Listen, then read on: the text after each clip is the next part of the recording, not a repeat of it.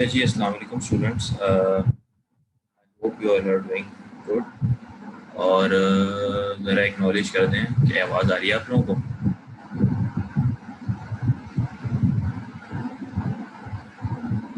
Yes sir, आ रही है। वालेकुम सलाम। यस सर, आ रही है।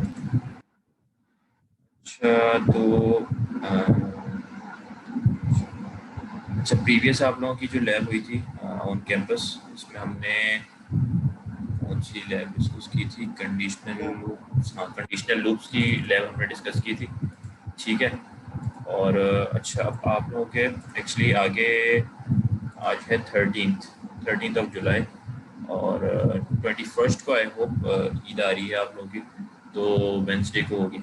तो इसी वजह से अब आप लोगों की यूनिवर्सिटी जो है, ईद की भी आगे हॉलीडेज़ आएंगी और बाकी आगे तो ज़ाहिर है ईद की वजह से नेक्स्ट 3-4 डेज़ आपकी छुट्टी भी होगी उसके बाद नेक्स्ट वीक में, तो फिर आगे सैटरडे संडेज आ जाते हैं।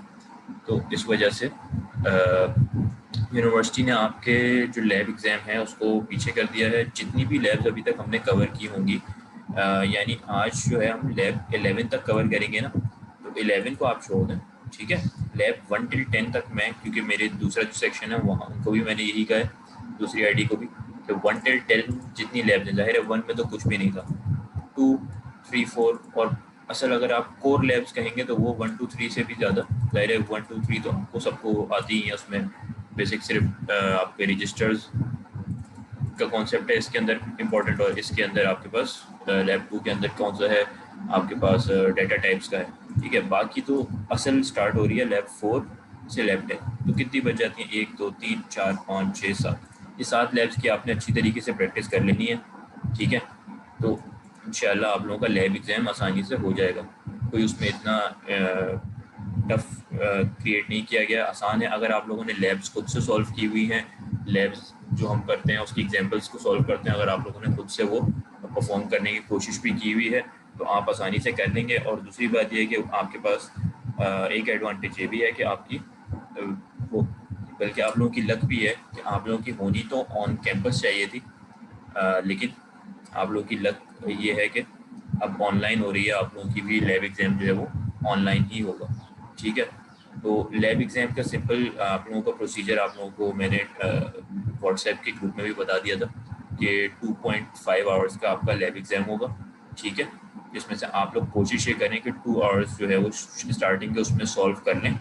ठीक है, पूरे कोड को, और आखिरी के जो आधा घंटा बच जाए उसके अंदर आप लोग अब आधे घंटे से पहले पहले आप जो है स्टार्टिंग 2 आवर्स के अंदर सॉल्व कर लें, और लास्ट 2 आवर्स के अंदर स्क्रीनशॉट्स वगैरह लेकर उसको सबमिट कर दें। 1 मिनट भी, 1 मिनट या 30 सेकेंड्स भी 2.5 आवर्स के बाद लेट सबमिशन अलाउ भी नहीं होगी मेरे एंड से। यहाँ से एलएमएस लॉक हो जाएगा। ठीक है। तो फिर मेरे हाथ में नहीं होगा, इसलिए मैं आप लोगों को पहले ही गाइड कर रहा हूँ कि 2 आवर्स, और इतना लेंथी होगा भी नहीं, आप आसानी से उसको 2 आवर्स या 1.5 आवर्स या 1 आवर्स के अंदर ही उसको सॉल्व कर लेंगे। कोशिश करें कि 2 आवर्स मैक्सिमम के अंदर सॉल्व करके लास्ट 30 मिनट्स के अंदर अंदर आप उसको सबमिट कर दें। लास्ट मोमेंट पे बिल्कुल 5 मिनट्स या 2 मिनट्स पहले या 10 मिनट्स पहले आप उसको सॉल्व ना करें, अपलोड ना करें, उससे पहले पहले ही कर लें। क्योंकि एट द एंड, बिल्कुल एंड टाइमिंग के ऊपर जब 1-2 मिनट रह जाते हैं, 4 मिनट होते हैं, तो एलएमएस थोड़ा सा स्लो हुआ होता है। तो किसी भी किस्म की इस तरह की सिचुएशन से बचने के लिए कोशिश करें कि 2 आवर्स के अंदर ही सॉल्व करें, और इस लास्ट के जो 2.5 आवर्स में लास्ट के जो 20 मिनट्स हैं या 15 मिनट्स हैं उसके अंदर अंदर आप उसको अपलोड कर दें। ठीक है, ताकि आप लोगों को आगे कोई परेशानी ना हो। अच्छा, ये बात हो गई। लैब का जो आपका एग्ज़ाम आएगा उसमें प्रोबेबली या तो 4 क्वेश्चंस होंगे या फिर 5 क्वेश्चंस होंगे। छोटे छोटे टास्क होंगे, जिस तरह की एग्जाम्पल्स हम लोग लैब में करते रहें। ठीक है। तो आप, मैं हिंट इसीलिए दे रहा हूँ कि आपकी लैब की जो मैंने लैब्स बताएंगे, इनकी एग्जाम्पल्स को आपने अच्छी तरीके से सॉल्व करके रखना है, तो आपका आसानी से ये काम हो जाएगा। ठीक है, लैब एग्ज़ाम वाला। अच्छा, इसके बाद हम आ जाते हैं। अच्छा, जब ये आपका लैब एग्ज़ाम हो जाएगा किस डेट को? कल। कल आप लोगों की क्योंकि ऑन कैंपस होती थी, तो कल अब ऑनलाइन लैब एग्ज़ाम हो जाएगा। इसके बाद नेक्स्ट वीक तो आपका क्या होगा? नेक्स्ट वीक के अंदर तो आपकी ईद आ जाएगी। ठीक है। तो यस सर। हाँ, उससे पहले ही अभी आप लोग की एक एक्स्ट्रा क्लास भी आने वाली है। ये जब आप लोगों के लैब एग्जाम्स एंड होंगे ना, इसके बाद सैटरडे को आई थिंक या संडे को आपकी एक एक्स्ट्रा क्लास भी एडमिनिस्ट्रेशन ने रखी हुई है। हाँ, तो वो उसके अंदर आप लोग की एक लैब कवर और हो जाएगी। 12 और 13 सेम है, ठीक है, यानी ये एक ही लैब का पार्ट है। तो इस यहाँ तक आपका 12 लैब्स कवर हो जाएंगी। फिर ये लास्ट एक 13th बच जाएगी जो इसमें मैनुअल में 14th है। तो अगर ये टाइम हुआ तो हम इसको कवर कर लेंगे, नहीं हुआ तो हम ये 12 लैब्स में से आपकी मार्किंग हो जाएगी। आज जो हम करने जा रहे हैं ये integer arithmetic and bit manipulation की लैब है, ठीक है। इसको भी आप लोग अच्छी तरीके से ध्यान से देख लें। हो सकता है कि आगे आगे ये आपके जो थ्योरी के एग्ज़ाम है वहाँ पर आप लोगों को ये काम आ जाए, या फिर अभी जब आपका लैब एग्ज़ाम जब हो जाएगा तो फिर आपसे हो सकता है वाइवा कंडक्ट किया जाए, तो वहाँ पर भी आपकी ये लैब इंक्लूड हो सकती है। तो इसको भी आप लोग ने अच्छी तरीके से ध्यान से देख लें, ठीक है। यहाँ आ जाते हैं लैब नंबर 11। अच्छा, इससे पहले एक काम कर लेते हैं कि अटेंडेंस कंडक्ट कर लेते हैं। 13 स्टूडेंट्स मौजूद हैं।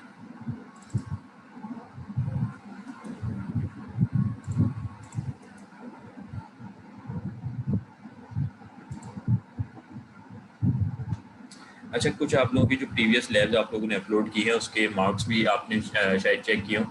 1 टिल लैब 6 तक के आप लोगों के आई होप मार्क्स अपलोड हो गए, ठीक है। और आगे जो ज़ाहिर है 10 तक की लैब है, यानी 4 लैब्स रिमेनिंग है, तो उसकी भी मार्क्स इसी वीक के अंदर अंदर अपलोड हो जाएंगे। फिर अगर उसमें कोई क्यूरी हो या कुछ हो तो आप लोग फिर डिस्कस कर लीजिएगा, ठीक है। ज़्यादातर स्टूडेंट्स के अच्छे ही मार्क्स हैं, किसी के ऐसे 1 या 2 मार्क्स नहीं है 5 में से। मोस्टली स्टूडेंट्स के 4 या 4.5 या फिर 5 ही मार्क्स हैं, ठीक है। अच्छा,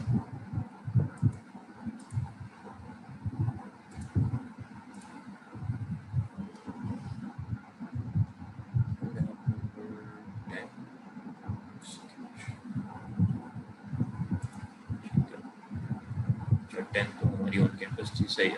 अच्छा, मैं नेम्स कॉल करूं तो आप लोग जो है अपनी अटेंडेंस को फर्स्ट मार्क करवा लें, ठीक है, ताकि फिर हम आगे अटेंडेंस से निकल जाएं और आगे कोर्स की तरफ आ जाएं। अच्छा जी, कोशिश करें कि चैट की बजाय माइक ओपन करके आप लोग अटेंडेंस मार्क करवा लें। Areesh Aslam, Areesh Aslam absent. Asim Rizwan, present sir. K Qutubul Arfeen, Qutubul Arfeen. Mohammad Uwais Iqbal,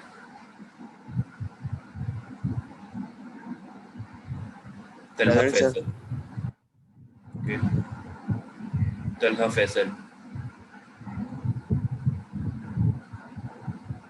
रिदा Salman, Present. Mohammad Sultan, present sir.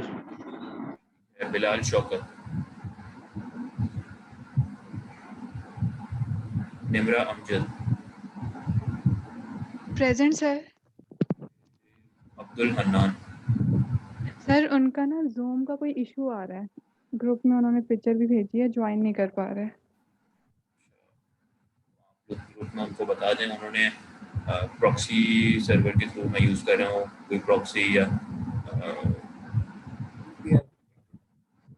हाँ वीपीएन या प्रॉक्सी उनका ना एक्टिव हुआ हो, क्योंकि उसकी वजह से आप जो है वो पाकिस्तान से आउट हो जाएंगे आपकी आईपी। और यहाँ पर हमारे पास चेक लगा हुआ है कि पाकिस्तान से बाहर कोई भी स्टूडेंट एक्टिव ना हो, ठीक है। अब्दुल हन्नान नहीं है। अच्छा, Mohammad Ashir Khan, present sir. Shahrukh, present sir. Mohammad Hadi Khan, present sir. Mohammad नूमिर,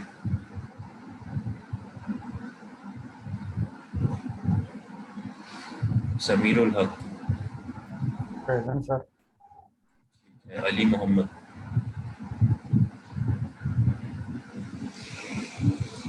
Ali Mohammad, Asad Tariq, Asfan Tariq, present sir. Mohammad Ehsan. Present sir. अच्छा, ये अब आप लोग चेक कर लें, अगर किसी की एब्सेंट मार्क कोई भी है तो वो स्क्रीन पे चेक करके फिर मुझे बता दें। Sir Mohammad Naume present. ये आपकी मार्क हुई भी एब्सेंट प्रेजेंट।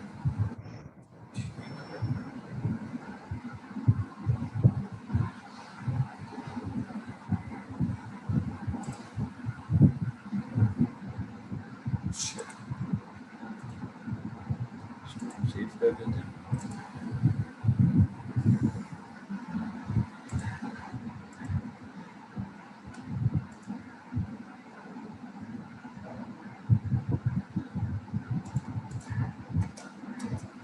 अच्छा, अब आ जाते हैं हम आज की लैब के ऊपर। आज की जो आपकी लैब है ये है integer arithmetic and bit manipulation. इसमें हम देख रहे होंगे कि भाई इंटीजर अरिथमेटिक यानी कि इंटीजर जो हमारे पास नंबर्स होते हैं, इंटीजर्स होते हैं, बाइनरी होते हैं, इनके दरमियान अरिथमेटिक इंस्ट्रक्शंस किस तरह परफॉर्म होते हैं और बिट बाय बिट आपकी मैनिपुलेशन किस तरह होती है, किस तरीके से। अगर आपका एक इंटीजर है या एक बाइनरी नंबर है 8 बिट का, 16 बिट का, 32 बिट का, तो उसमें अगर हम उसकी एक एक बिट के ऊपर इंस्ट्रक्शन परफॉर्म कराना चाहें तो वो किस तरीके से परफॉर्म हो सकते हैं।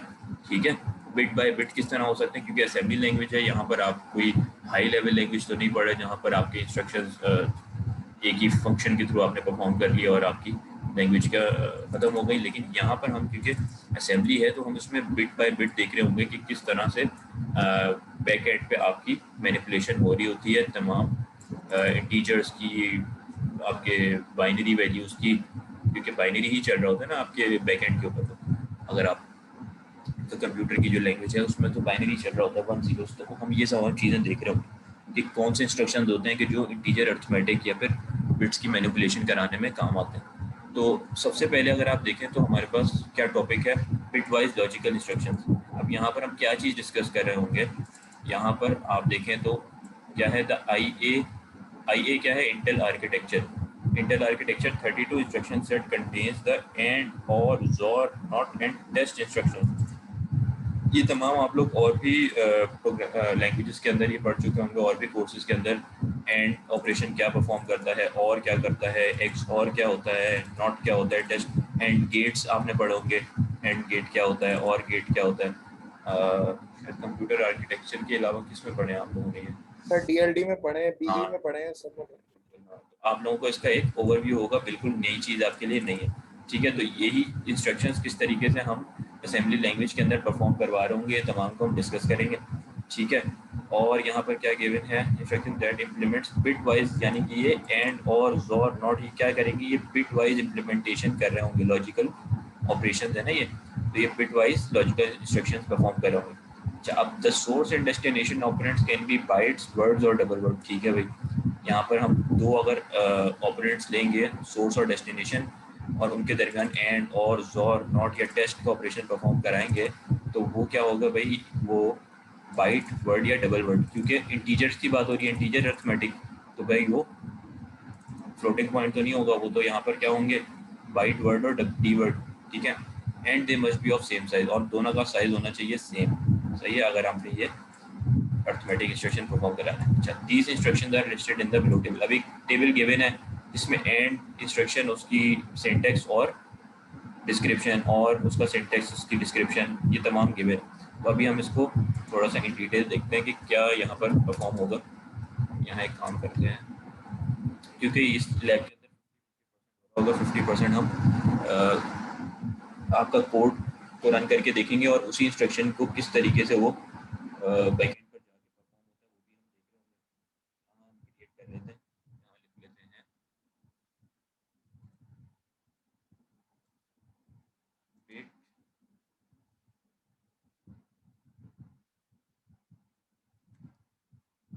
Bit wise.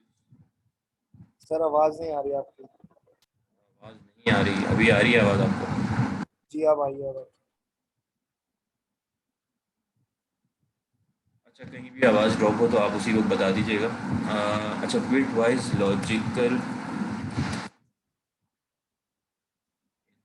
इंस्ट्रक्शंस, ठीक है जी, ये हम यहाँ लिख देते हैं। और फिर चली गई। चली क्यों जा रही है?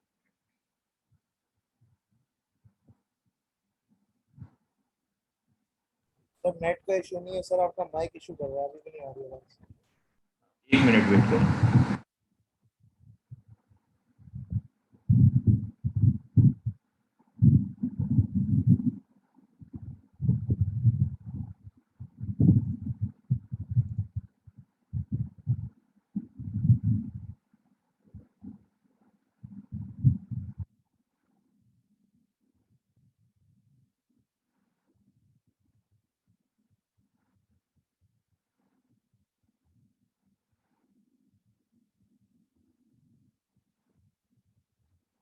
अभी आ रही है आप लोगों को आवाज?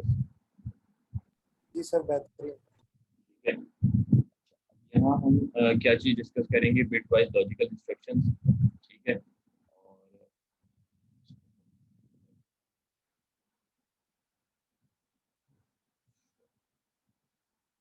सर नहीं आ रही, बिल्कुल नहीं आ रही। यार मैं कुछ बोलूंगा तो आवाज आएगी ना, सब्र तो करो। अब आई थोड़ी सी।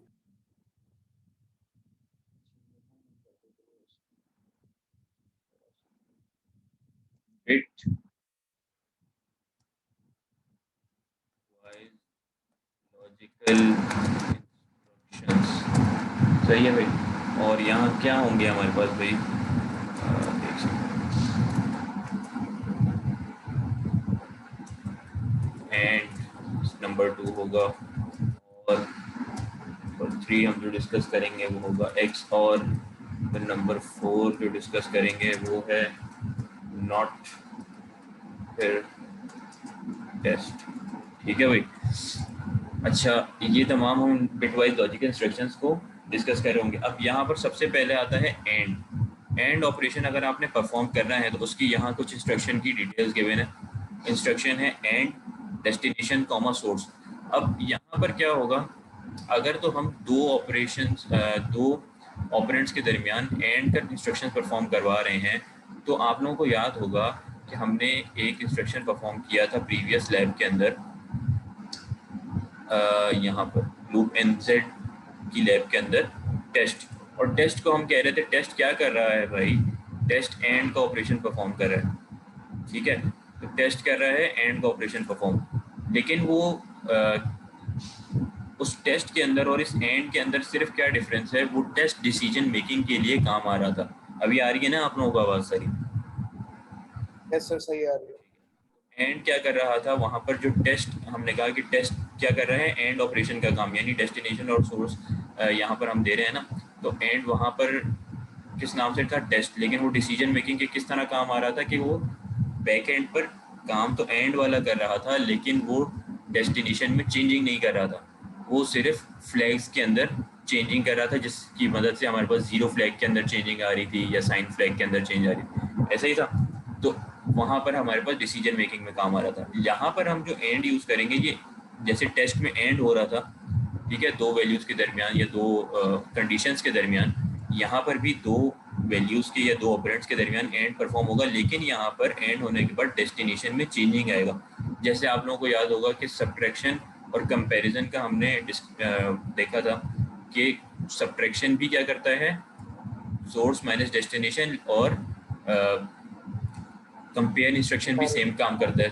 ठीक है, लेकिन उन दोनों में फ़र्क क्या है कि भाई वो माइनस करने के बाद डेस्टिनेशन में चेंजिंग लेके आता है, और जबकि कंपैरिजन में सिर्फ डिसीजन मेकिंग होती है। आपकी कंडीशनल लूप्स के अंदर आप ज़ाहिर कंपेयर यूज़ कर रहे होते हैं, तो डिसीजन मेकिंग में काम आता है कि jump if greater, jump if less than. Destination के अंदर कोई चेंजिंग नहीं आता, जबकि सब्ट्रैक्शन में सब्ट्रैक्ट होने के बाद डेस्टिनेशन में चेंजिंग आती है। सेम काम यही है टेस्ट और एंड में, कि टेस्ट और एंड काम तो सेम करते हैं, एंड का ऑपरेशन परफॉर्म करते हैं, लेकिन डेस्टिनेशन में चेंजिंग आती है। अब एंड बेसिकली वर्क किस तरह करता है? यहाँ आपको क्या गिवन है? Bit wise and result bit is 1 if both bits are 1। अगर हम यहाँ पर, आप लोगों को याद होगा, इस तरह आप लोग ने अगर DLD में पढ़ा है तो हम उसमें ट्रुथ टेबल क्रिएट करते थे, जैसे 0 0 0, इसको यहाँ पर जीरो 0 0 1 1 1। इसी तरह ट्रुथ टेबल क्रिएट करते थे ना, सर 0 0 1 1 0 1 1। अगर इनके दरमियान एंड ऑपरेशन चेक करना है तो हम क्या करेंगे भाई, इन दोनों के दरमियान एंड ऑपरेशन परफॉर्म हुआ, ठीक है, ये एंड लग रहा है, डेस्टिनेशन और सोर्स, ये 0 आ गया सोर्स, ये आ गया डेस्टिनेशन, ये 1 आ गया source destination source destination source. तो इसका आउटपुट क्या आएगा एंड होने के बाद 0 0 पर? क्या गिवन है एंड में, क्या होता है बिट वाइज अगर 0 एंड आएगा करें, सर। हाँ, result bit is 1 if both bits are 1, यानी कि सिर्फ तभी 1 होगा आउटपुट जबकि हमारी दोनों बिट्स 1 है। अगर ऐसा नहीं है, दोनों में से एक भी 0 है या दोनों 0 हैं, तो हमारे पास 0 आएगा, यानी 0 1 0 पर क्या आएगा 0 1 पर 0, इधर क्या आएगा 0, और यहाँ पर सिर्फ क्या आएगा 1। ऐसा ही है, थोड़ा सा कीड़े मकोड़े बन रहे हैं लेकिन आप लोग इसको अंडरस्टैंड कर लें, ठीक है। ये 0 0 पर 0, यानी एंड ऑपरेशन क्या कर रहा है बेसिकली, जब हमारे पास 1 1 यानी कि दोनों सोर्स और ऑपरेंड 1 आ रहे हैं, सिर्फ तब 1 कर रहा है, बाकी तमाम कंडीशंस पर 0 0 है 0 1 है 1 0 है, तमाम कंडीशंस पर 0 कर रहा है। सिर्फ जब दोनों ऑपरेंड और सोर्स 1 है तभी 1 कर रहा है। अब अगर तो मैं कहूँ कि आपके पास एक इंटीजर है या एक बाइनरी वैल्यू है 1 0 1 1, ठीक है, मुझे इसको कन्वर्ट करना है 0 0 1 1 के अंदर, ठीक है, 0 0 1 1 के अंदर इसमें कन्वर्ट करना है। तो मैं क्या करूँगा, मैं इन दो बिट्स के ऊपर एंड ऑपरेशन परफॉर्म कर दूंगा, ठीक है, मैं इन दो बिट्स पर एंड ऑपरेशन परफॉर्म करूँगा। यानी क्या होगा, अगर मैं एंड ऑपरेशन परफॉर्म करूँगा किसके साथ, 0 0 के साथ, तो अब आप देखेंगे कि 1 0 क्या हुआ 0, 0 0 क्या हुआ 0, और ये दोनों 1 इधर नीचे आ गए, तो क्या किस में कन्वर्ट हो गया 0 0 1 1, ठीक है। तो इस तरीके से आप परफॉर्म कर रहे होंगे। अच्छा, अब आ जाती है बात, अगर तो मैं ले लेता हूँ, चलिए ये और ये दोनों, यही दोनों वैल्यूज़ ले लेते हैं और लॉजिकली इनके ऊपर एंड परफॉर्म करा के देखते हैं। पहले तो हम अपना सिंटेक्स क्रिएट कर लें, include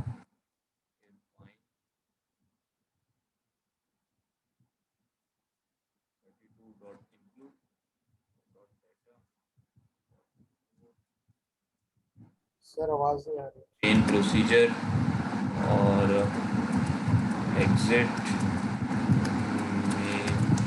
एंड प्रोसीजर और एंड, ठीक है, ये आ गया। अब हम क्या करने जा रहे हैं, दो वैल्यूज़ लेनी है, कौन सी, एक ये और एक ये, तो हम दोनों को क्या कर लेते हैं, एक को मूव करवा देते हैं, मूव EAX 1 0 1 1, और इसका ये रिजेक्ट्स क्या है बाइनरी, मूव EBX क्या था भाई 0 0 1 1, यही था ना 0 0 1, ठीक है, और ये है भाई रिजेक्ट्स, तो सबको पता है ना भाई, ये बाइनरी बी क्या बता रहा है कि ये बाइनरी नंबर है, ये बता रहा है बाइनरी, ठीक है, तो ये हमने दे दिया। अब यहाँ पर क्या परफॉर्म करना है, एंड, तो एंड के लिए क्या है, एंड डेस्टिनेशन कॉमा सोर्स, तो हम यहाँ कर देते हैं डेस्टिनेशन को EX रख देते हैं, AND एंड EAX EBX, सही है भाई।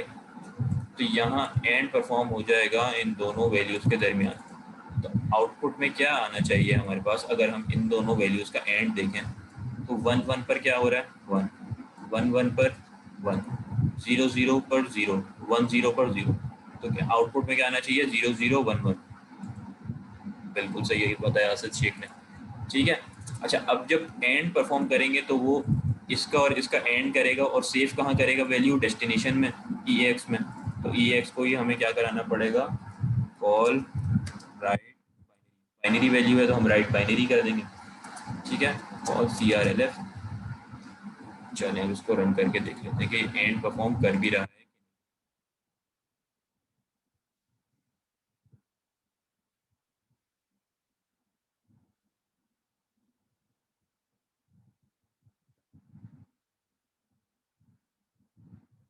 एक और यहाँ पर गौर की बात है, एक तो ये एंड परफॉर्म होगा, ठीक है, एक परफॉर्म होगा। अगर आप देखें यहाँ पर इन दोनों के दरमियान एंड परफॉर्म हो रहा है। आपने ऑब्जर्व कौन सी बिट्स करनी है, ये वाली, ठीक है, ये 4, क्योंकि हमने यहाँ पर अभी 4 बिट्स ली हैं, तो आप इसको ऑब्जर्व करें। बाकी क्या हैं ये, अगर आप देखें ये इतने सारे ज़ीरोस कहाँ से आ रहे हैं, हमने यहाँ रजिस्टर लिया है जो आपका डेस्टिनेशन है, हाँ डेस्टिनेशन रजिस्टर है वो है 32 बिट, बिल्कुल सही बताया समीर ने भी। और अच्छा, ये डेस्टिनेशन जिनको नहीं समझ आया वो ये देख लें, डेस्टिनेशन है 32 बिट। अब 32 बिट का क्या मतलब होता है, 1 निबल और 2 निबल, 3 निबल, 4 निबल, 5, 6, 7 और 8, ठीक है, 8 4 सा 32, सही है, 32 बिट यानी कि कितने bytes, 1 byte, 2 byte, 3 byte, 4 byte, 4 byte equals to 132 bit, ठीक है, 32 बिट रजिस्टर। और ये हमें पता है कि जो भी वैल्यू हम मूव कराते हैं, ऐड कराते हैं, वो अगर तो वो 4 बिट है तो वो जाकर यहाँ पर सबसे लीस्ट एड्रेसेस के अंदर, लोअर एड्रेसेस के अंदर सेव होगी। अगर ये 8 बिट की वैल्यू होती तो ये यहाँ पर आती, 16 होती तो इसके अंदर आती, और कंप्लीट 32 होती तो ये फिर पूरे के अंदर आ जाती। तो हमारी जो भी वैल्यू होगी वो लीस्ट लोअर बिट्स में आएगी। अब अगर हम एंड ऑपरेशन देखें, अगर हम सिर्फ इसको ऑब्जर्व करें तो एंड हो गया 1 1 पर 1, 1 1 पर 1, 0 0 पर 0, 1 0 पर 0, तो आ गया आउटपुट 0 0 1। तो ये हो गया आपका एंड ऑपरेशन परफॉर्म, ठीक है। हाँ, अगर आप यहाँ पर क्या करेंगे, EX EBX की जगह EH और AL रजिस्टर यूज़ कर लेंगे, या AX BX रजिस्टर का इस्तेमाल कर लेंगे, तो आपके पास यहाँ पर आएगा, तो क्योंकि कंप्लीट आपके पास कितना होता है 32 बिट, लेकिन ये तमाम जो 32 बिट ज़ीरो हो रही हैं ये ज़ीरो नहीं होंगी।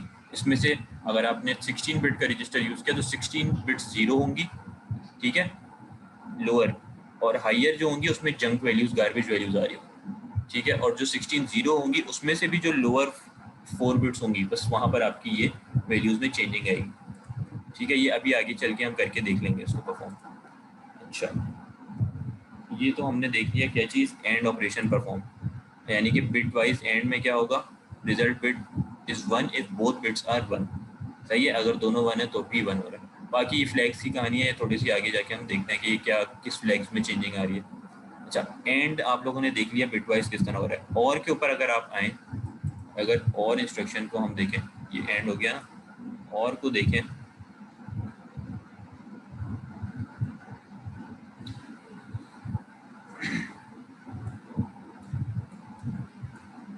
और इंस्ट्रक्शन, और में क्या है, अगर हम और का ट्रुथ टेबल बनाएं, 0 0 0 1 1 0 1, जिन स्टूडेंट्स को याद नहीं है वो इसको और से देख लें, ठीक है। तो और में क्या होता है, हमारे पास दोनों बिट्स में से, यानी सोर्स और डेस्टिनेशन दोनों ऑपरेंड्स में से अगर कोई एक भी 1 हो जाए तो हमारा आउटपुट क्या आ जाता है, 1, either this is, either source is 1 और डेस्टिनेशन इज 1, और ठीक है, और destination is 1 then output is 1, ठीक है। और अगर तो दोनों में से एक भी 1 नहीं है तो फिर आपका आउटपुट क्या हो जाएगा, 0। हाँ, एक भी कंडीशन ट्रू हो जाए तो 1 आ जाएगा। अगर आप इसकी ये थ्योरी भी देखें डिस्क्रिप्शन, तो यहाँ क्या गिवन है, बिट वाइज और में क्या है, result bit is 1 if at least 1 bit is 1, यानी दोनों में से अगर एक भी 1 है, अगर दोनों 1 है तब भी 1, आइदर दिस और दिस, ठीक है, दोनों हैं, ठीक है। तो ये चीज़ है, अगर आप इसमें देखें तो क्या हो जाएगा, यहाँ 0 0 में से कोई भी 1 नहीं है, यानी 0 और 0, ठीक है, 0 1 पर 1, 1 0 पर 1, 1 1 पर, यही ट्रुथ टेबल बनेगा, ठीक है। अब मुझे अगर और करना है, जिस तरह हमने अभी एंड किया था, और करना है कौन सी वैल्यूज, यही ले लेते हैं, 1 0 1 1 0 1 1, ठीक है, और 1 1 1, इनके दरमियान और कर लिए हैं, तो क्या होगा, 1 1, टेबल को देखते जाएं, 1 1 पर 1, 1 0 पर 0 1 पर 1, 1 1 पर। अगर हम इसका और परफॉर्म कर रहे हैं, हाँ, तो ये आ गया आंसर। इसको हम प्रैक्टिकली भी करके देख लेते हैं। हम यहाँ एंड की बजाय क्या कर देंगे, अगर आप लोग भी कंप्यूटर पर हैं तो ये इसको परफॉर्म करके देखें। और के बाद यहाँ पर हम क्या कर देते हैं 1 1, ठीक है। और इसको हम स्टार्ट विदाउट डिबगिंग करते हैं। तो अब आप यहाँ आउटपुट में देखें क्या आ गया 1 1 1 1, यही आउटपुट था हमारा, ठीक है।